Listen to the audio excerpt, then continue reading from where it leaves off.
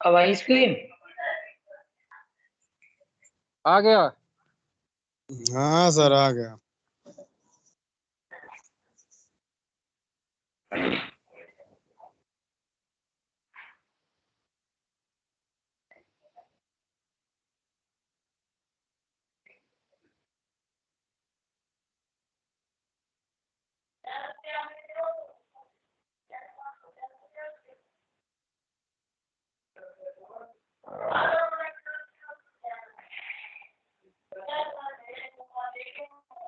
क्योंकि इसमें देखो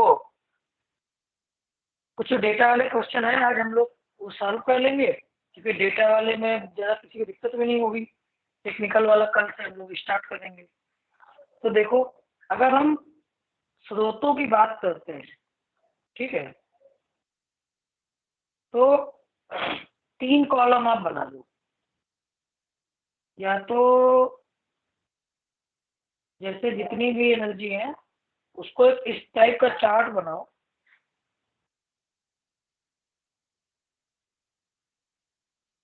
अब इसमें 2-2 कॉलम बना लो, इधर रिन्यूएबल, इधर नॉन रिन्यूएबल, ठीक है। दूसरे में एग्जॉस्टिबल और इनएग्जॉस्टिबल।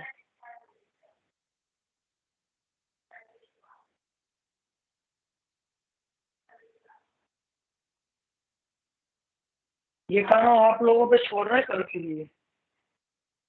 हिंट बता दे रहे हैं, सारे सोर्सेस आप लोग इसमें लिख डालिएगा। और तीसरा कन्वेंशनल और नॉन कन्वेंशनल, ठीक है। रिन्यूएबल में क्या आएगा? सोलर आएगा, विंड आएगा, बायोमास आएगा, ठीक है।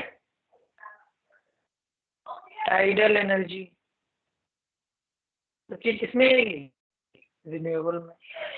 नॉन रिन्यूएबल में पेट्रोल, डीजल, केरोसिन, या जो भी फॉसिल फ्यूल वाला जो होता है, जितना भी फॉसिल फ्यूल है सब किसमें आएगा? नॉन रिन्यूएबल में। नेचुरल गैस, नेचुरल गैस किसमें आएगी? नॉन रिन्यूएबल में। ये भी बहुत कंफ्यूजन वाला है। नेचुरल गैस लोग रिन्यूएबल में मार देते हैं, तो ये सब चीज बहुत अच्छे से ध्यान रखना, ठीक है। वुड, लकड़ी हो गई, ठीक है। कोल हो गया, कोयला, ठीक।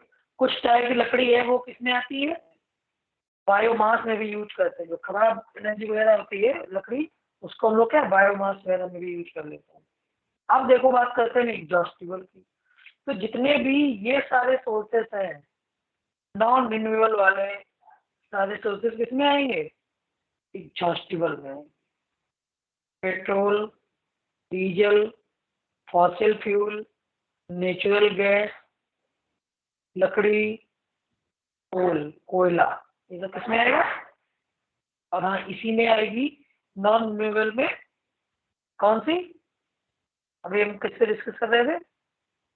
न्यूक्लियर एनर्जी, ठीक है। एग्जॉस्टिबल किसमें आएगी? न्यूक्लियर भी किसमें आएगी? एग्जॉस्टिबल में आएगी। अब इनएग्जॉस्टिबल में जो रिन्यूएबल है वो लगभग सारी इनएग्जॉस्टिबल में आएगी। सोलर, विंड, बायोमास, टाइडल, ठीक है ना। तो ये सारी किसमें आएंगी? इसमें जो भी एक आध छूट गई हो तो वो आप लोग देख लीजिएगा। अब कन्वेंशनल की हम लोग बात करते हैं। कन्वेंशनल में फिर से petrol, diesel, fossil fuel, kerosene, coal, ठीक है, इतनी सारी। ठीक है ना, कन्वेंशनल में। और नॉन कन्वेंशनल में सोलर, विंड, बायोमास, बायोमास के बाद में टाइडल और न्यूक्लियर। न्यूक्लियर कैसा है, अभी बहुत कन्वेंशनल नहीं हुआ है। तो ये सारी टाइप की जितनी भी और एक आध एनर्जी छूट गई हो, जैसे जियोथर्मल है। जियोथर्मल भी कैसी है, रिन्यूएबल है। जियोथर्मल कैसी है, रिन्यूएबल है, इनएग्जॉस्टिबल है और नॉन कन्वेंशनल। इसी टाइप से और भी कुछ छूट जाए तो उनको आप लोग मेंशन कर लेना। बायोमास, बायोगैस, बायोगैस कैसी है, रिन्यूएबल है, ठीक है, इनएग्जॉस्टिबल है बायोगैस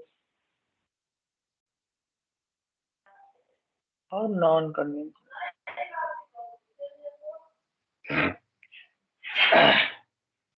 अब देखो, अब एक नोट हम लोग देखते हैं कि जनरली कुछ पॉइंट्स एक नोट में हमको मिले थे।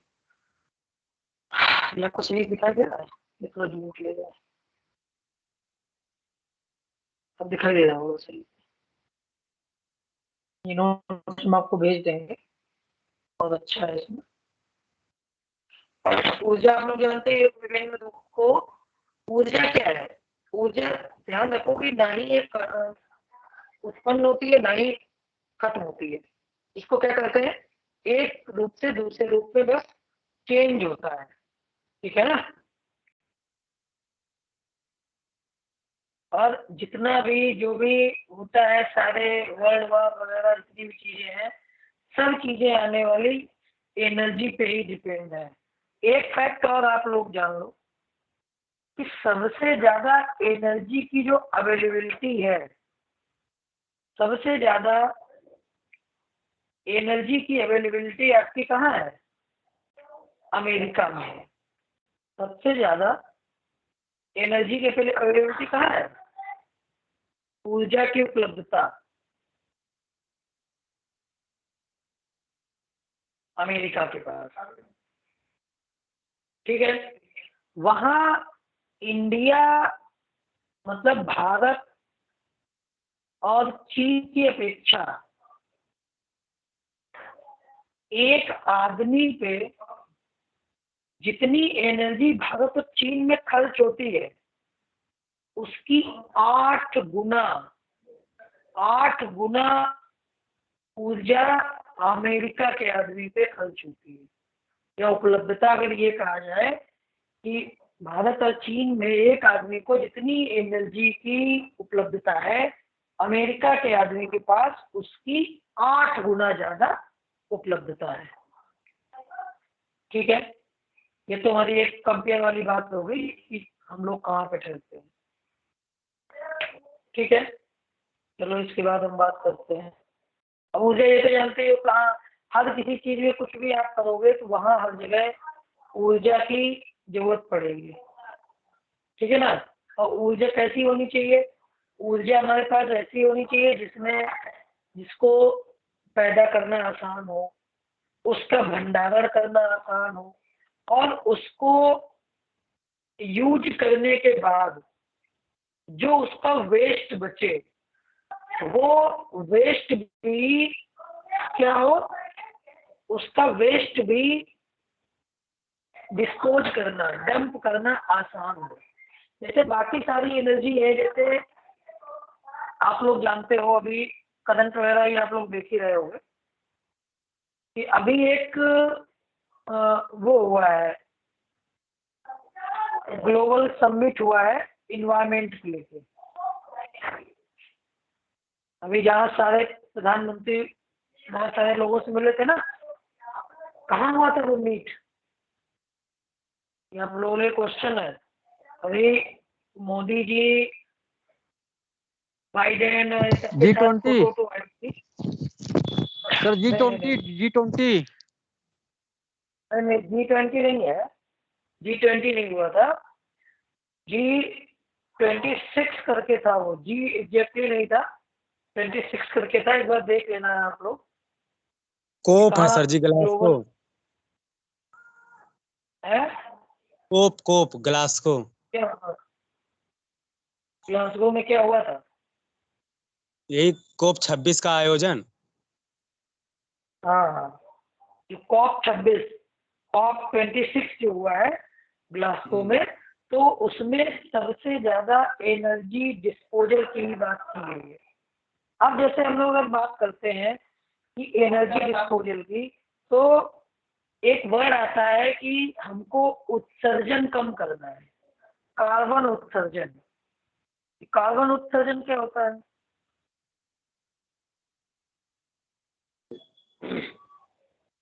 कार्बन उत्सर्जन,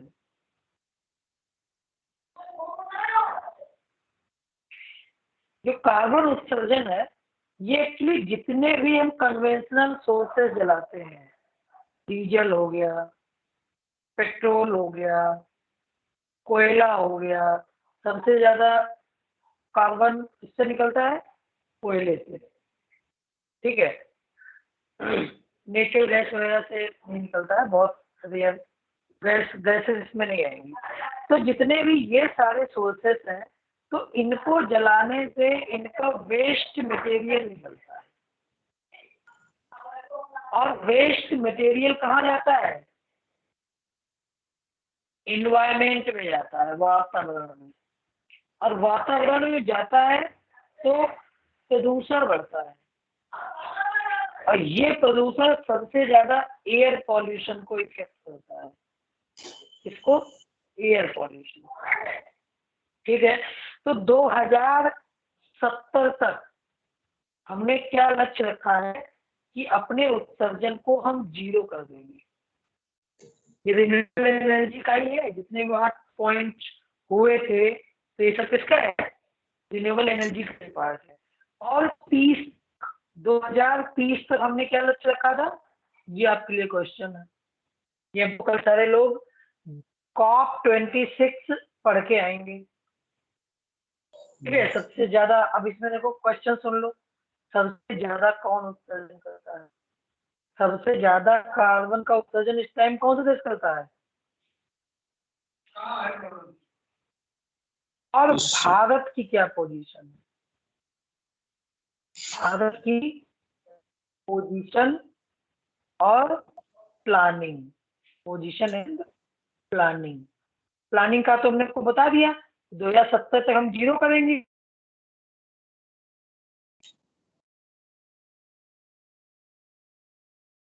से ही रिलेटेड है। इसके बाद देखो,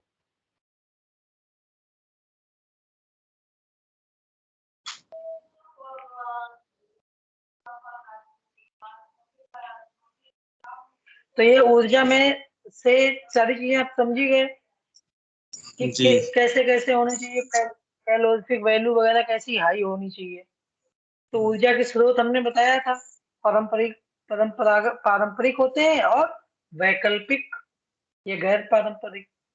गैर पारंपरिक या वैकल्पिक एक ही बात है, ठीक है। वैकल्पिक मतलब कि उसके विकल्प पे हमने कोई दूसरी चीज। अब एक होती है इलेक्ट्रिकल एनर्जी। इलेक्ट्रिकल एनर्जी भी आप लोग जानते हैं कैसी है, किस कैटेगरी में आएगी electrical energy? Non renewable. Renewable में आ गई सर। हाँ, किसमें आएगी? रिन्यूएबल में। हाँ, डिपेंड करता है कि इलेक्ट्रिकल एनर्जी दोनों में आ जाएगी। अब कोयले से अगर बन रही है इलेक्ट्रिक, तो नॉन रिन्यूएबल में। अगर हाइड्रो से बन रही है, सोलर से बन रही है, तो किसमें आएगी? रिन्यूएबल। रिन्यूएबल में। डिपेंड करता है। लेकिन एक चीज है, ये सेफ एनर्जी है, इससे जीरो पॉल्यूशन, पॉल्यूशन इससे नहीं होता है। इलेक्ट्रिकल एनर्जी से पॉल्यूशन जो है,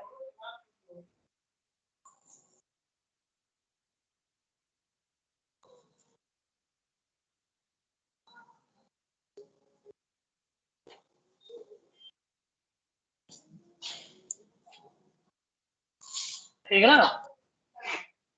तो पारंपरिक वाला सारे लोग समझ ही गए।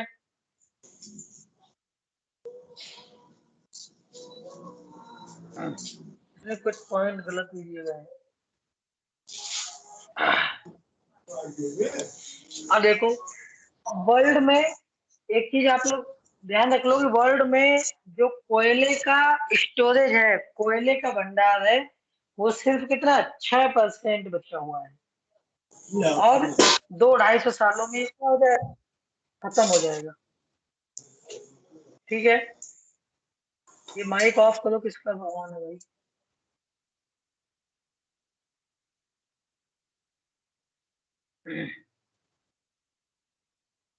इसके बाद जितनी भी ग्रीन हाउस गैसेस है, वो सब किससे उत्पन्न होती है? इन्हीं जीवाश्म ईंधनों को जलाने से। सल्फर डाइऑक्साइड हो गया, नाइट्रोजन सल्फर हो गया, कार्बन डाइऑक्साइड हो गया, इन सब से। और जलाने से इफेक्ट क्या पड़ता है? ग्लोबल वार्मिंग बढ़ रही है। क्या बढ़ रही है? Global warming. और ग्लोबल वार्मिंग आप लोग जानते ही हो, कार्बन उत्सर्जन से सबसे सीधा क्या है? ग्लोबल वार्मिंग बढ़ जाती है। जितनी सर्दी पहले पड़ती थी, अब उतनी सर्दी नहीं पड़ती है। ग्लेशियर बहुत तेज पिघल रहे हैं, और ग्लेशियर पिघलेंगे तो पानी का लेवल बढ़ेगा। और एक और प्रॉब्लम आएगी, इससे क्या आएगी बताओ? एक तो पानी का लेवल बढ़ जाएगा, जो चीज मान लो अभी आपने इंदर पॉइंट वगैरह सुना होगा, अब डूबने लगा है। सुना किसी ने कि इंदर पॉइंट क्या है? डूबने लगा है।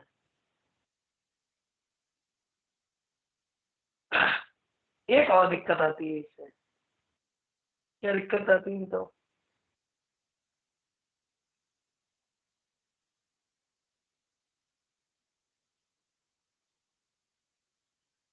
एक दिक्कत ये आती है कि जो पीने का पानी है, पीने का पानी दुनिया में कितना है? कितना परसेंट पीने का पानी है, या जिसको हम बोलते हैं फ्रेश वाटर? फ्रेश वाटर कितना है? ये बहुत इंपॉर्टेंट क्वेश्चन है। फ्रेश वाटर कितना परसेंट है? सर 2.8। 0.01%। 0.001% या 0.1%, ऐसा ही कुछ है। एक बार इसको कंफर्म कर लेना। ठीक है ना, मतलब 70% हमारे पूरे पृथ्वी पे जल है, 71-72%। और उसमें से 71-72% का सिर्फ 0.001% फ्रेश वाटर है। और फ्रेश वाटर कहाँ है?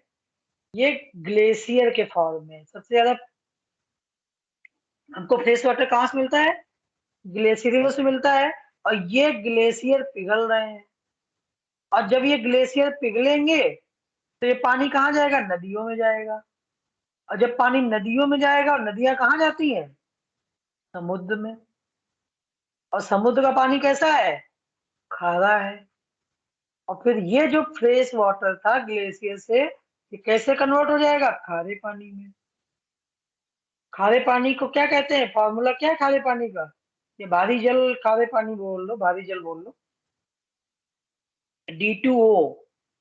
तो जब ये D2O से H2O जब आप लेके आते हैं, तो बहुत ज्यादा एनर्जी की रिक्वायरमेंट होती है। इसका सिर्फ एक ही तरीका है, वाष्पन से। जब बारिश होती है, तब समुद्र से ऑटोमेटिक ये छनके पानी कहाँ? फ्रेश वाटर में कन्वर्ट होके बारिश होती है। ये तो सारे लोग साइकिल तो जानते होंगे ना।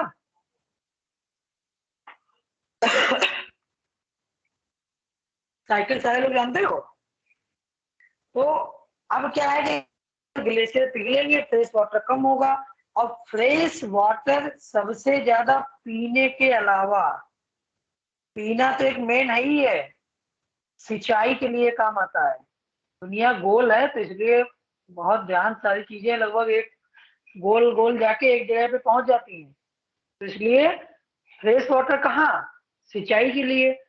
फ्रेश वाटर खत्म हुआ तो पीने का पानी तो हम लोग कुछ इंतजाम कर लेंगे, लेकिन सिंचाई का इंतजाम नहीं हो पाएगा, फिर हमको बारिश पे ही डिपेंड रखना पड़ेगा। तो पीने से भी ज्यादा समस्या किसकी है? सिंचाई की है। अब जैसे जितने भी अरब वाले देश हैं, अरब कंट्री है, तो वहां पे क्या है, पीने की पानी की समस्या नहीं है, वो रिफाइन कर लेते हैं। लेकिन वहां पे सिंचाई की पानी की समस्या है, इसी वजह से वहां क्या है, रेगिस्तान बनता चला जाता है। ठीक है, ये चीज है। आप लोग कहीं टॉपिक से डिस्ट्रैक्ट तो नहीं हो गए? इतना हमने सब चीज बता दी आपको।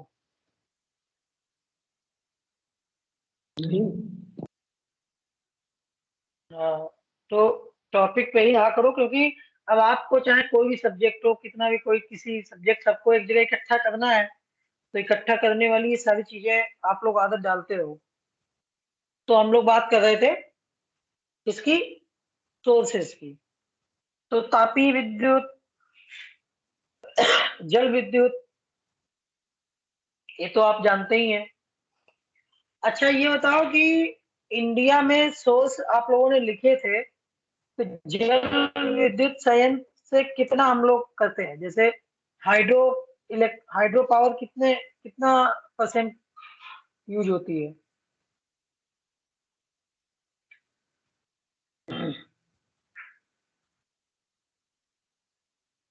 बताओ, सर 12.9। हाइड्रो पावर कितना यूज होता है?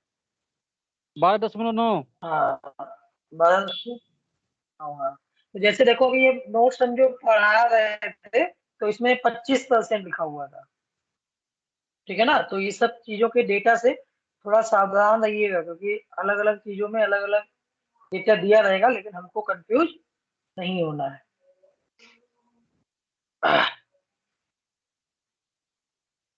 अभी एक और आपको दिखाते हैं जिसमें हमारा थोड़ा सा वर्ल्ड पे सब चीज है। अच्छा देखो, डेनमार्क को पवनों का देश कहा जाता है, ये चीज ध्यान रख लीजिएगा। ये एक दो पॉइंट थे जो हमको अच्छे लगे। सबसे ज्यादा जो विंड एनर्जी की अवेलेबिलिटी है वो कहाँ है? डेनमार्क में। डेनमार्क में सबसे ज्यादा जो एनर्जी है वो विंड से प्राप्त होती है, तो उसी को हम लोग क्या कहते हैं, विंड एनर्जी का देश कहते हैं। अब भारत में सबसे ज्यादा एनर्जी किससे मिलती है? सोलर से या विंड से? कोयला से। नहीं, रिन्यूएबल की बात कर रहे हैं, ऑप्शन दे दिया ना। तो उसमें सर आ जाएगा आपका, पवन से मिलती है सर। हम्म। सब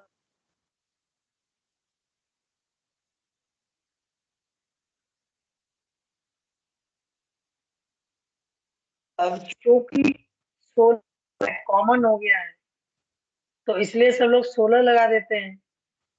तो सोलर से ज्यादा नहीं, ज्यादा किससे मिलती है? पवन से।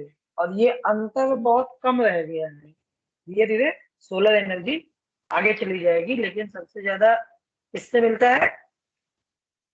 पवन से, विंड एनर्जी से।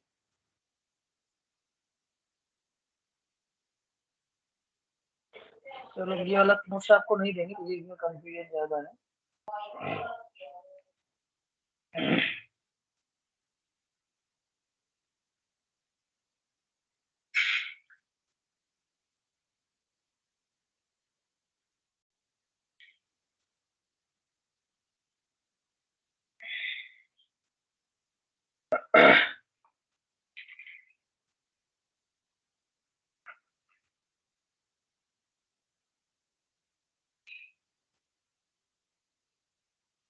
ये कुछ नया अक्षय ऊर्जा का बहुत अच्छा नोट्स इसमें मिला था, जिसमें कुछ इसको करंट वाला भी ध्यान रखना।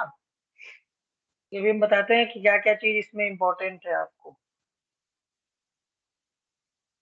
ना। जैसे करंट वाला है, तो एक हम अक्षय ऊर्जा का आपको नोट्स भेज दे रहे हैं, तो उसको आप लोग बहुत ध्यान से देख लीजिएगा, क्योंकि करंट से भी दो तीन क्वेश्चन इससे बनते हैं कि कौन सा लक्ष्य है हमारा, कितना लक्ष्य है, इन सब चीजों से। देखो,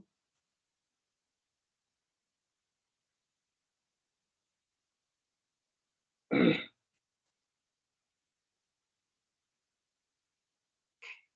वाला बुक 2017 का है। हमको लगता है कि अभी जल्दी में कोई पब्लिश नहीं हुआ है रिन्यूएबल एनर्जी से। इस डेटा को थोड़ा आप लोग देख लेंगे, ये हिंदी में ही है, बहुत ज्यादा इंग्लिश वगैरह में नहीं है। ठीक है, एक बार देख लेंगे कि इसके इसे बाद सर लोग भेज सेंड दीजिएगा। सेंड कर दीजिए सर इसे। इसको send करेंगे।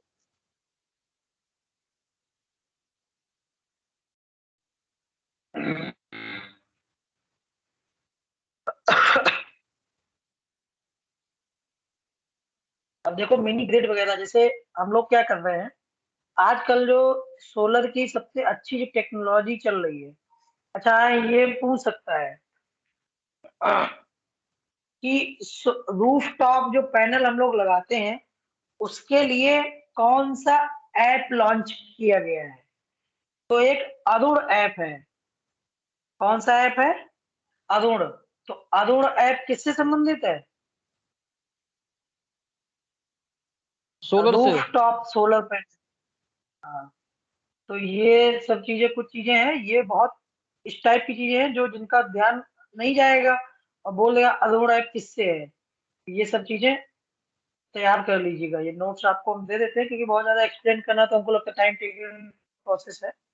आज हम इसलिए कह दे रहे हैं कि बहुत सारे बच्चे नहीं आए हैं, तो अगर टेक्निकल पढ़ाएंगे तो उनका छूट जाएगा, और ये वाला छूट भी जाएगा तो वो लोग वहां से देख सकते हैं। सर हमारा छूट गया पीछे का अभी ये पूरी क्लास। कोई दिक्कत नहीं है। अब अच्छा ये बताओ,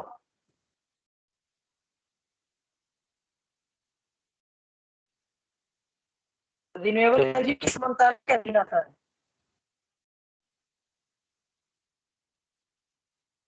बताओ, कौन से मंत्रालय में आता है रिन्यूएबल एनर्जी? Hello sir. हाँ हाँ, बोलो बोलो। क्या कर रहे हैं? हम ये कह रहे हैं कि रिन्यूएबल एनर्जी जो है वो किस मंत्रालय के अधीन आता है?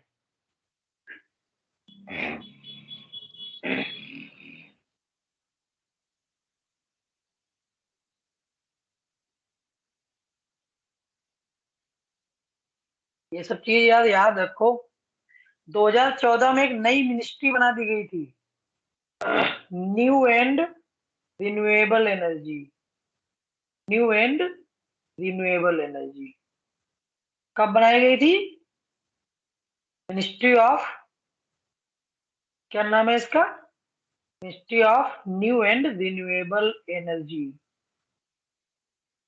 ठीक है ना? 2014 में जब बीजेपी गवर्नमेंट आई थी तो इसको मंत्रालय पूरा बना दिया गया था, और एग्रीकल्चर मिनिस्ट्री को चेंज करके क्या रख दिया था? एग्रीकल्चर मिनिस्ट्री का क्या नाम है? क्या करके है ना सर? मिनिस्ट्री ऑफ, एग्रीकल्चर एवं सहकारिता।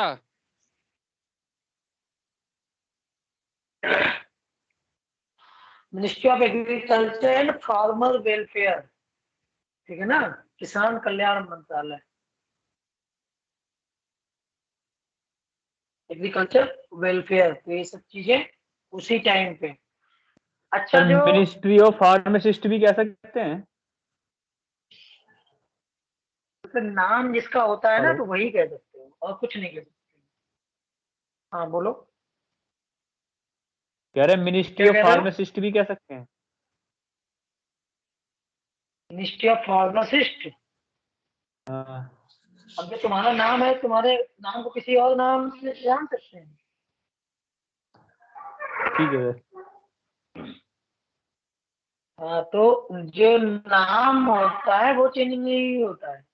नाम उसी नाम से जाना जाएगा।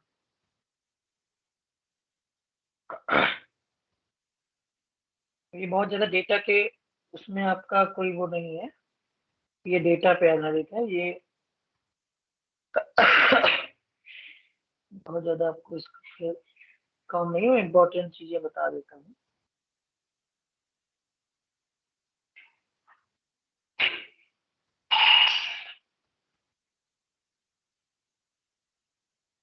कि ईयर वाइज डेटा आपसे नहीं पूछेगा। इससे हमको सिर्फ लक्ष्य देखने हैं कि इसमें क्या क्या लक्ष्य है। अच्छा, एक चीज नई टेक्नोलॉजी है, जो सोलर सेल बनते थे उन सोलर सेलों में जामुन का प्रयोग करके सोलर सेल को और अच्छा बनाया गया है। ठीक है ना? कैसा बनाया गया है? और अच्छा बनाया गया है। जामुन, अब जैसे पूछ लिया कि जामुन का प्रयोग किसको बनाने में करते हैं, जामुन का प्रयोग हम लोग सोलर सेल बनाने के लिए करते हैं। सोलर सेल आप लोग सब लोग जानते ही हो। ठीक है। और तो चलो कोई दिक्कत नहीं है। एक बात ये भी ध्यान रख लो कि जो बाकी जितने भी हमारे सोलर पैनल वगैरह रहते हैं तो वो सारे रूफ टॉप के होते हैं या किसी मैदान में लगे हुए हैं। ठीक है। तो फिर क्या है कि एक तैरता हुई संयंत्र की स्थापना की गई है। ठीक है ना? और इसकी क्षमता कितनी है? 100 किलोवाट। इसलिए 100 किलोवाट की एनटीपीसी ने केरल के कार्यकुलम में सबसे बड़े तैरने वाले विद्युत सोलर विद्युत संयंत्र की स्थापना की। ठीक है ना? किससे? मेक इन इंडिया से इसको बनाया गया था।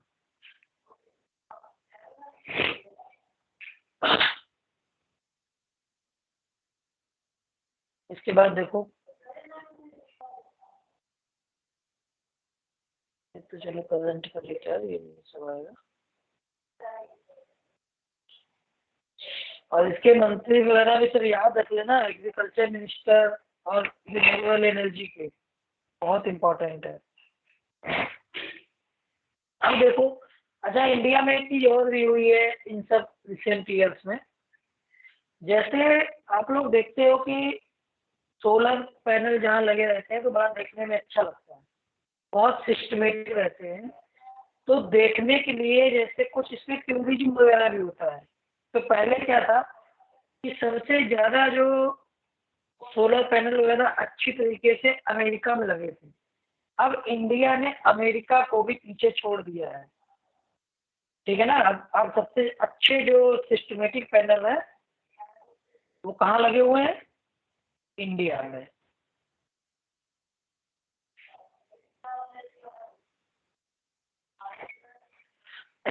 ये पॉइंट और आप लोग नोट कर लो कि भारत में 2022 तक नवीकरणीय ऊर्जा उत्पादन से 175 गीगावाट की स्थापना के लिए सरकार प्रयास कर रही है। कितना? 2022 तक कितने गीगावाट का लक्ष्य रखा गया है? 175 गीगावाट। और 2040 तक 175 का 40% और बढ़ा दिया जाएगा। ठीक है ना? ये डेटा का याद करने का है। और कितनी तेज गिरावट आई है? तो ये 2 रुपये 44 पैसे प्रति यूनिट की लागत घट गई है विंड एनर्जी की वजह से। एक संस्था है आपकी इरेडा, इसकी फुल फॉर्म देख लो, आज हम लोग ये सब कर रहे हैं।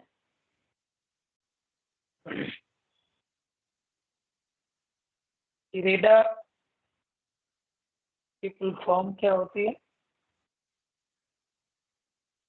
एक IRDA होती है,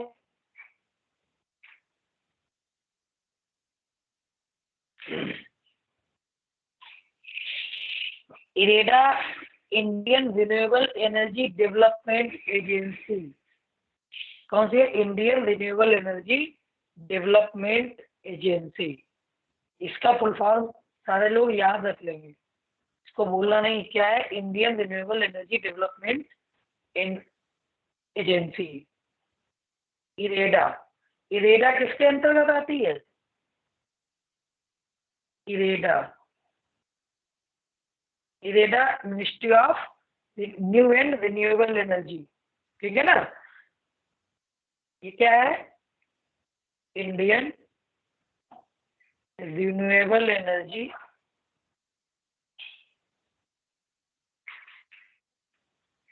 डेवलपमेंट एजेंसी, ठीक है। एजेंसी क्योंकि ऑटोनॉमस काम करती है इसलिए इसको हम लोग लिमिटेड बोल देते हैं, ठीक है। जितना भी डेटा वगैरह होता है, नया रिसर्च वगैरह है, तो वो कहाँ जाता है, इरेडा के पास जाता है। इरेडा उसको डेटा को लॉन्च करता है। जो भी डेटा हमारा रिन्यूएबल एनर्जी से रिलेटेड होगा वो कौन सी एजेंसी लॉन्च करती है, इरेडा, ठीक है। इसके बाद देखो,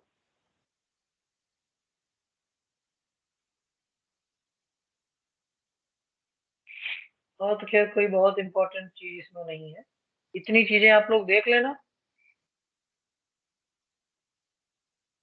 एंड्रॉइड ऐप वगैरह ये तो बहुत ज्यादा उसकी बात है, आपको सिंपल सा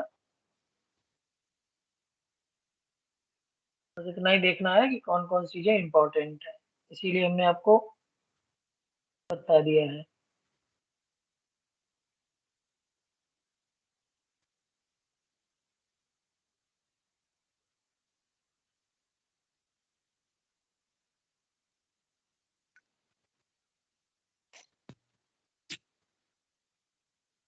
ये देखो, यहाँ पे आपको स्क्रीन में दिख रहा है COP 21, COP 21 दिख रहा है। Yes sir. देखो जहाँ पे लाल वाला निशान है, के ऊपर यस सर, दिखाई इस पड़ा सर। बार, हाँ, कॉप कौन सा हुआ है, COP 26। 26 हुआ है, ठीक है। COP 26 ग्लासगो में, ये सारे किसके हैं, वन के, और बहुत सारी चीजें से तो मैं आपको फिर करने वाला नहीं है, क्योंकि IIRENA से बहुत सारी, जैसे इंटरनेशनल लेवल पे रिन्यूएबल एनर्जी में नौकरियां वगैरह भी बहुत हैं, सर ठीक है कैसे ना। मिलेगी नौकरी? लगभग 2.5 करोड़ नौकरियां बढ़ी थी 2016। अब वो उसके लिए बहुत आगे की बात है, आप लोग अपनी एनर्जी से तैयारी में लगाओ, वो अपना सर्च करो कैसे है, अप्लाई करना पड़ता है। उसके लिए आपको रिन्यूएबल का ठीक ठाक नॉलेज होना चाहिए, एमटेक वगैरह रिन्यूएबल एनर्जी से हो। कम्युनिकेशन लेवल बहुत स्ट्रांग होना चाहिए, सबसे ज्यादा मात हम लोग खाते हैं कम्युनिकेशन से, ठीक है ना। ये तो चलो एक हमारा रिसर्च पेपर टाइप का था, जो 2016-17 में था, तो इसको आप लोग लिख लेना, और जितना हमने होमवर्क टाइप का आपको बताया है उतना कर लेना। फिर कल से हम लोग क्या करेंगे, सोलर एनर्जी को स्टार्ट करेंगे। सोलर क्यों, सबसे पहले हमारा है बायोगैस, तो कल से हम लोग बायोगैस एनर्जी को स्टार्ट करेंगे। और क्या है, अच्छा ग्रिड, मिनी ग्रिड वगैरह जानते हो आप लोग, आपने योजना वगैरह सुनी होगी, ग्रिड, ग्रिड को जोड़ने की योजना चल रही है। ग्रिड क्या है ये, व्हाट इज ग्रिड, ग्रिड क्या होता है कौन बताएगा। तो केवल हमको सुनने में आता है कि ग्रिड फेल हो गया। एक बार आप लोगों को याद हो तो 8-10 साल पहले 2009-10 में ग्रिड फेल हो गया था, तो 3-4 दिन के लिए लाइट चली गई थी हर जगह, याद है। हो सकता है किसी को नहीं याद होगा, तो किसी ने ग्रिड सुना होगा। ग्रिड क्या होता है बताओ।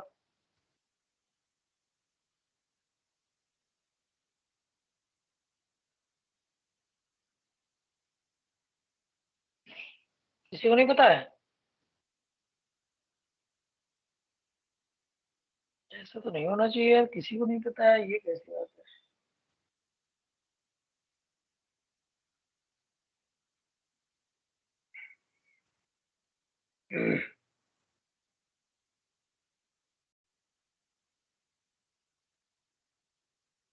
देखिए ये सब चीजें आपको नोट्स वगैरह नहीं मिलेंगी, जो चीज आज हम बता रहे हैं आपको, ये सब सर चीजें ग्रिड बता कहीं दीजिए। आप ढूंढोगे तो ढूंढ।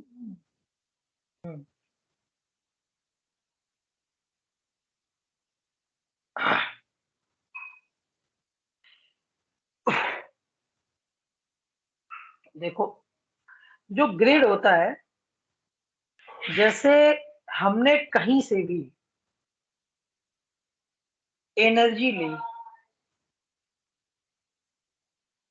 जैसे यहाँ हाइड्रो पावर है, ठीक है, कोल से है, कोयले से है, टाइडल से है, सोलर से है, एनर्जी हमारी क्या पैदा हुई और इस एनर्जी को हम लोग क्या कहते हैं, ग्रिड से जोड़ देते हैं। किससे? ग्रिड से। अब ये पूरी एनर्जी यहाँ इकट्ठी हो गई, इसके बाद अब जहां जरूरत है, अब चाहे वो फैक्ट्री हो, ठीक है, गांव, शहर, तो ये जो इलेक्ट्रिसिटी जहां इकट्ठी होती है, और यही यहाँ पे क्या हुआ, इकट्ठी हुई और फिर यहाँ से वितरण हुआ। तो एनर्जी का वितरण और इकट्ठा कहाँ पे होता है? ग्रिड में होता है। तो क्या है कि बड़े बड़े ग्रिड हम लोगों ने बना रखे हैं कि जो एनर्जी जहां से बनेगी वो कहाँ जाएगी? ग्रिड में जाएगी, और फिर ग्रिड से क्या होगा? वितरित होकर हर जगह, फैक्ट्री, गांव, शहर, गली, जहां भी जाती है। तो किससे? आप पावर हाउस देखते हैं, तो पावर हाउस जो होता है वो किसकी? ग्रिड की छोटी इकाई है। ग्रिड से बिजली कहाँ जाएगी? पावर हाउस में जाएगी, और पावर हाउस से थोड़ी थोड़ी करके ये हर जगह पे डिस्ट्रीब्यूट होती है। ठीक है, अब देखो यहां से ग्रिड में बिजली जा तो रही है ग्रिड से, लेकिन वापस नहीं आ रही है। वापस आ रही है क्या? बताओ। नहीं आ रही सर। नहीं आ रही है। अब हम लोग क्या कर रहे हैं कि जैसे एक गांव है, मान लो गांव में 100 घर है, 100 घर है, 100 घरों में 100 छत होंगी, और इन छतों पे हमने क्या किया? सोलर पैनल लगा दिया। क्या लगा दिया? Solar panel. अब हो सकता है कि किसी के घर में 2 यूनिट बिजली रोज जलती हो, 10 यूनिट जलती हो, या 50 यूनिट जलती हो। ठीक है, ये हुआ। एक हम और चीज ले लेते हैं, एक फिगर के माध्यम से और समझते हैं। कैसे करते हैं? जैसे मान लो ये आपका घर है, ठीक है, ये आपका घर है, ये खंभा जुड़ा लगा हुआ है, और इस खंबे से तार आपके घर पे गया, ठीक है, और ये खंबे की जो मेन लाइन है ये कहाँ? पावर हाउस से आई। ये क्या है? पावर हाउस है। यही तो होता है। और पावर हाउस किससे जुड़ा हुआ है? ग्रिड से। किससे जुड़ा हुआ है? ग्रिड से। ग्रिड से बिजली कहाँ गई? पावर हाउस में गई, पावर हाउस से खंबे पे गई, खंबे से आपके घर पे गई। अब आपने क्या किया कि यहीं पे आपका मीटर लगा हुआ है। मीटर लगा होता है सबके घर के आगे, कि कितनी आपने एनर्जी यहाँ से ली, ये किसमें? मीटर में दिखाता है। मान लो आपने डेली 50 यूनिट बिजली आप खर्च कर रहे हैं। 50 यूनिट क्या बहुत हो जाती है एक नॉर्मल घर के लिए। मान लो 10 यूनिट बिजली आप खर्च कर रहे हो डेली, ठीक है। अब गवर्नमेंट ने क्या किया कि आपकी छत पे सोलर पैनल लगा दिए, आपको सब्सिडी दे दी, और आपकी छत पे क्या लग गए? सोलर पैनल लग गए। ठीक है, जब ये सोलर पैनल आपकी छत पे लग गए, तो अब क्या है कि बिजली आप यहां से ले सकते हो, और जो ये बिजली है इसको आप इसको दे सकते हो। ठीक है ना, इसी को हम लोग बोलते हैं मिनी ग्रिड। क्या बोलते हैं? Mini grid. छोटे छोटे ग्रिड हम लोग बना देते हैं, ये ओपन हो जाता है। टू वे प्रोसेस है ये। कैसी है? Two way process.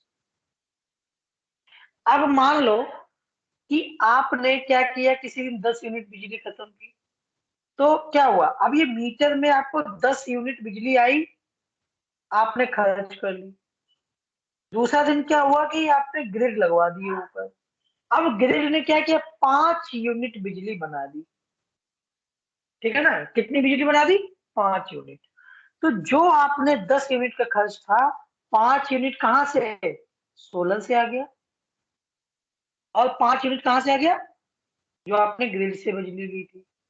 किससे? पावर हाउस या खंभे के थ्रू। 5 यूनिट, 5 इससे अब आपका 10 यूनिट हो गया।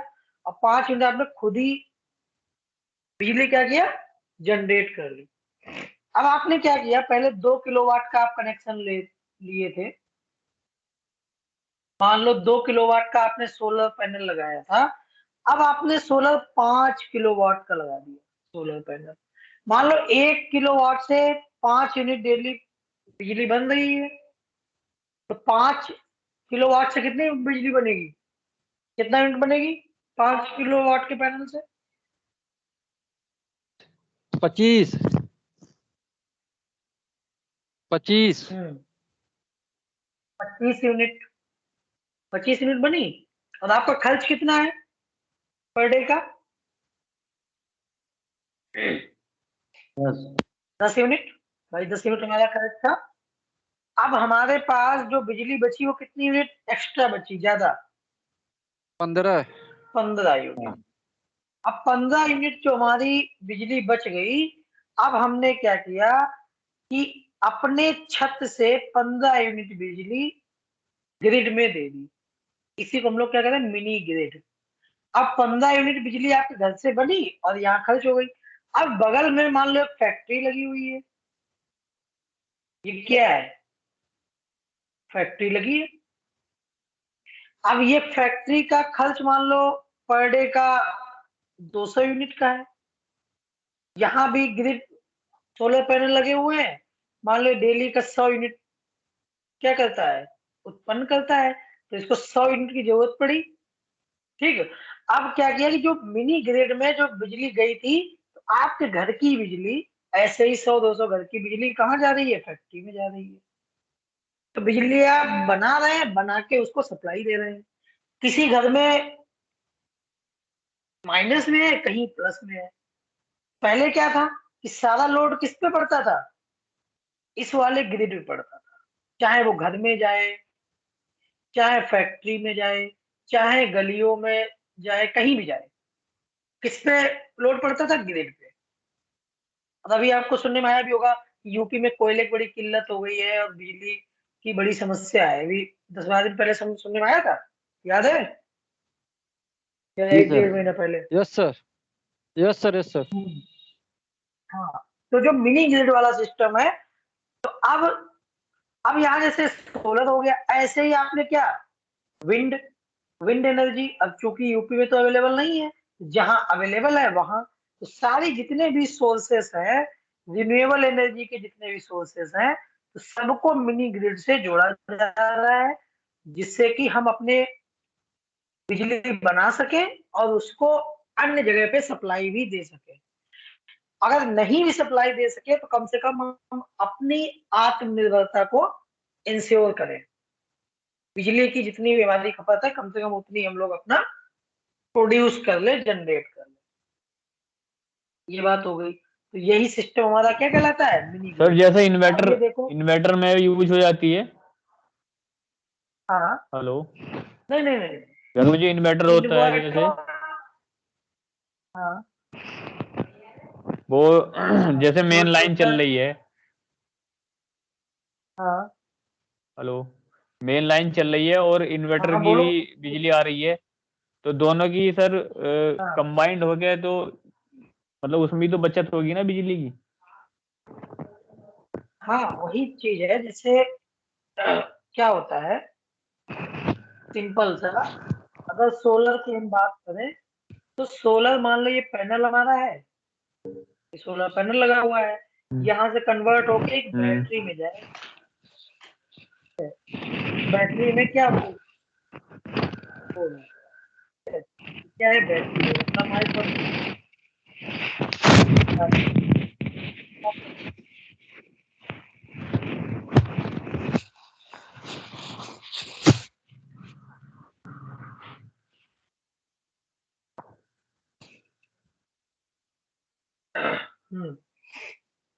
तो अब देखो, पैनल से हमने क्या किया, दिनेश अपना माइक ऑफ करो, पैनल से हमने क्या किया, बैटरी में, पैनल से जो ऊर्जा बनी वो कहाँ, बैटरी में स्टोर हो गई, और इन्वर्टर जो होता है वो इससे जुड़ा हुआ है, इन्वर्टर, ठीक है। इन्वर्टर क्या करता है कि जो खंबे से बिजली आई थी उसको भी इन्वर्टर क्या कर रहा है, चार्ज कर रहा है बैटरी को, और पैनल भी बैटरी को चार्ज कर रहा है। बताइए समझ में, इन्वर्टर क्या है कि उसी बिजली से चार्ज करता है बैटरी को, जब लाइट चली जाएगी तो आप बैटरी वाली ऊर्जा को यूज कर लेंगे, ठीक है ना। तो जब पैनल आपने लगा दिया तो इन्वर्टर का काम खत्म हो गया, जब आपने पैनल लगा दिया तो इन्वर्टर को बैटरी से कनेक्ट करने की जरूरत नहीं है, क्योंकि इन्वर्टर का काम कौन कर रहा है, आपका सोलर पैनल कर रहा है, ठीक है ना। और इसी सोलर पैनल से आपने क्या किया कि डायरेक्ट बैटरी से जाके इसको ग्रिड में जोड़ दिया। अब जितनी आपकी एक्स्ट्रा एनर्जी है वो कहाँ चली जाएगी, ग्रिड में चली जाएगी। बताइए इसके समझ में। और क्या करते हैं कि अभी तक बैटरी से मान लो स्टोर है, तो बैटरी से जितनी एक्सेस एनर्जी, अब ओवरफ्लो, जैसे ही बैटरी ओवरफ्लो हो जाती है फिर पैनल काम करना बंद कर देता है, अगर यूज नहीं कर रहे हो तो पैनल कन्वर्ट करना बंद कर देता है जब बैटरी आपकी फुल चार्ज हो जाएगी। तो ग्रिड से जोड़ने पे क्या होगा, बैटरी हमारी फुल हो गई और जो एक्स्ट्रा एनर्जी है वो कहाँ चली गई, ग्रिड में चली गई, एक्स्ट्रा एनर्जी। मान लो कि आप 25 यूनिट, एक यूनिट मान लो 8 रुपया है, 25 यूनिट आप प्रोड्यूस कर रहे हैं, 15 आपकी ज्यादा है, तो डेली 15×120 यूनिट का पैसा आपको, 120 रुपए पर डे आपको बिजली का आपको मिल रहा है। पर डे कितना मिल रहा है, 120 रुपया पर यूनिट का आपको मिनी ग्रिड सिस्टम से मिल रहा है, ठीक है ना, अपनी जरूरत पूरी करने के बाद। अगर ग्रिड से नहीं जोड़ते तो हमको अगर 15 यूनिट चाहिए तो 15 यूनिट हमारी बनती और एनर्जी बैटरी में स्टोर हो जाती, और बाकी एनर्जी हमारी बनती ही नहीं, ठीक है ना। तो ग्रिड से क्या फायदे हैं सब समझ गए आप लोग।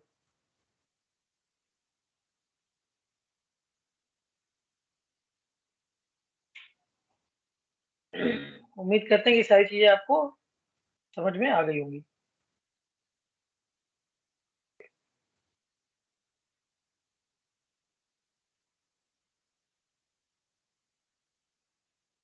तो यही सारा सिस्टम है, इसको हम नोट्स को आपको भेज देते हैं, एक बार सरसरी निगाह आप लोग मार लीजिएगा।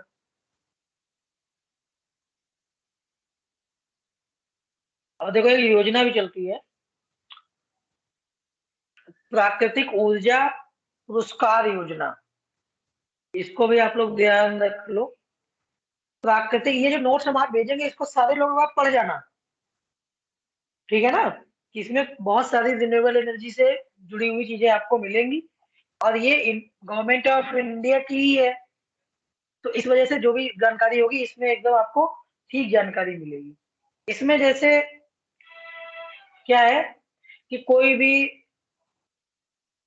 आप योजना से जुड़ी चीजों को लिखते हैं, पेपर पब्लिश करते हैं, या नई चीज कोई चीज ढूंढते हैं, तो उसके लिए पुरस्कार योजना है। फर्स्ट प्राइज वाले को 1 लाख, सेकेंड प्राइज को 60 लाख, और तीसरा प्राइज को, सॉरी लाख नहीं, 1000, 1 लाख, 60,000 और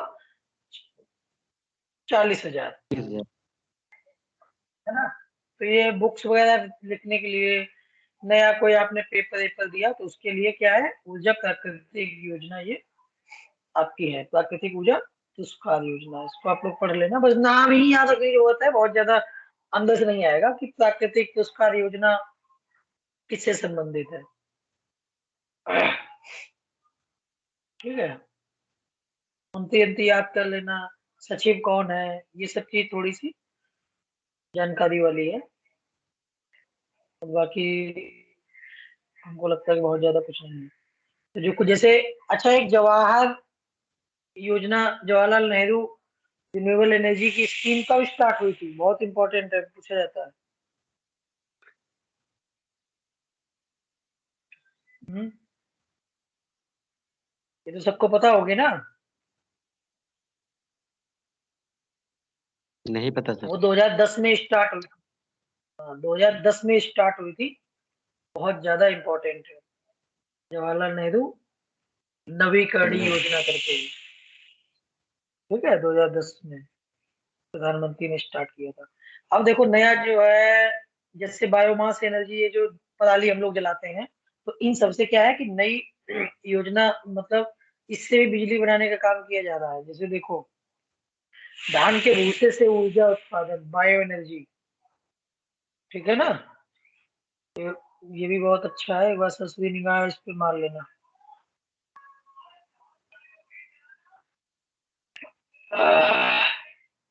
ग्रीन हाउस वगैरह बहुत ज्यादा होता है, तो इससे जलाने से अच्छा है इसको हम लोग यूज करें। पुआल वगैरह भूसी है धान की, तो इन सब का जो आपकी थर्मल एनर्जी है, इसमें यूज होता है जलाने के लिए। आपने देखा भी होगा कि गांव में चावल वगैरह होते हैं, उनकी भूसी को लोग खरीद ले जाते हैं, तो वो ईंधन में ही प्रयोग होती है।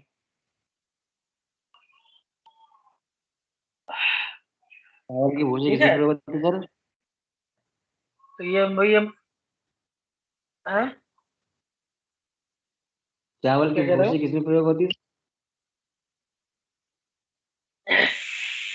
चावल की भूसी वैसे जलाने के लिए प्रयोग करते हैं, जैसे कोयला हम लोग जलाते हैं बिजली बनाने के लिए, ऐसे ही चावल की भूसी भी फैक्ट्रियों वगैरह में जो हमारी थर्मल एनर्जी है, तापीय ऊर्जा को बनाने के लिए हम लोग क्या करते थे, धान की भूसी वगैरह का भी प्रयोग करते थे। तो हमने क्या किया, जैसे पराली जो है, पराली जला देते हैं, पुआल होता है, तो उससे भी हम लोग क्या कर रहे हैं, बिजली बना रहे हैं, as a biomass energy use कर रहे हैं। अरे सर बॉयलर में ठीक है, तो इसको आप लोग पढ़ लेना। हाँ, बॉयलर, बॉयलर में भी यूज होती है। बॉयलर में तो एग्जैक्टली होता क्या है कि बॉयलर का कंसेप्ट थोड़ा अलग है। उसमें ये सब चीज बहुत ज्यादा यूज नहीं, बॉयलर का काम है स्टीम बनाना, ठीक है ना। अब जला के उसको स्टीम के लिए बॉयलर वगैरह हम लोग यूज करते हैं, लेकिन थोड़ा उसमें कोयला वगैरह ज्यादा यूज करते हैं। बहुत ज्यादा ये सब नहीं, लेकिन हाँ कहीं कहीं अब काफी जगह यूज करने लगे हैं। ठीक है, तो हम ये आपको फॉरवर्ड कर देते हैं। बाकी तो मेन मेन चीजें तो लगभग हमने बता ही दी हैं आपको, जितना भी मेन मेन पॉइंट था इस नोट से रिलेटेड, वो हमने आपको बता दिया है। इसको हम आपको भेज देते हैं, 55-56 पेज का है। और बाकी बहुत चीजें आपके काम की नहीं है, बस कुछ चीजें देख लेना कि ये एकदम नया डेटा है। सारा जो करंट वाली चीजें हैं वो सब इससे आपको बहुत हेल्प मिलेगी। और मान लो इससे एक दो क्वेश्चन कहीं आ गया, तो आप कर पाओगे, जो लोग नहीं नहीं जिन्होंने पढ़ा है वो नहीं कर पाएंगे।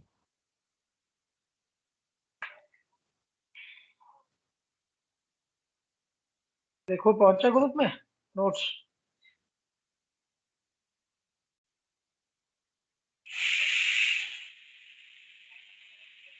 अभी नहीं आया सर। पहुंच गया है, इसको पढ़ लेना। आज की क्लास हम लोग यहीं ऑफ करते हैं। बाकी इतने भी लोग सबको इन्फॉर्म कर लेना कि अब डेली रेगुलर क्लास चलेगी, फटाफट खत्म करके फिर हम लोग आगे अपनी प्रैक्टिस पे आएंगे। ठीक है, इसमें नीचे पैनल बैटरी वगैरह का भी जानकारी दिया गया है, तो आप लोग सर आज की क्लास छूट गई थोड़ी सी, उसको कल रिवाइज करवा दीजिएगा थोड़ा सा सर। यार अब क्लास का रिवाइज हम बहुत इंपॉर्टेंट हमने नहीं पढ़ाया है, जो चीज हम भेज रहे हैं वही हमने पढ़ाया है। तो ठीक ये है। सब जो क्लास छूट रही है तुम्हारी खुद की सर रिस्पॉन्सिबिलिटी है। थोड़ा सा ये है ना कि सर सुनने से दिमाग में जल्दी बैठता है, पढ़ने से थोड़ा कम बैठ जाता है, थोड़ा ये होता है। सुना करो, फिर टाइम से आया करो, ठीक है। ऐसा इम्पोर्टेंट हमने आज ठीक है बताया सर नहीं है, कल। क्योंकि आज पहला दिन था काफी दिन के बाद, तो इसलिए हमने ऐसा बहुत इम्पोर्टेंट नहीं बताया जिसको छूटने से आपको दिक्कत हो। ठीक है, इसी नोट्स वगैरह पढ़ लेना। और हमने सोर्सेस दिए हैं कि कौन सी ऊर्जा किस सोर्स में आती है। ये जो बच्चे कल, सारे लोग कल अपना बना लेना चार्ट। चार्ट हम किसी से भी रेंडमली मांग सकते हैं, ठीक है। तो चार्ट बना लेना, और कंफ्यूज ना होना, उसको डेली रिवाइज करना है कौन किस में आता है। कौन सा चार्ट है सर? एक चार्ट हमने बनाने को दिया है, किसी से जो जिसने क्लास ली हो उससे किसी से पूछ लेना, जिसमें हमने बताया है कि कौन कौन सी एनर्जी किस में आती है, रिन्यूएबल, नॉन रिन्यूएबल, एग्जॉस्टिबल, इन एग्जॉस्टिबल। वो हम कल 5 मिनट पहले रिवाइज करा देंगे, ठीक है। ठीक है सर, जैसे ठीक है, सोलर ले किस में लेंगे। आती है, ठीक।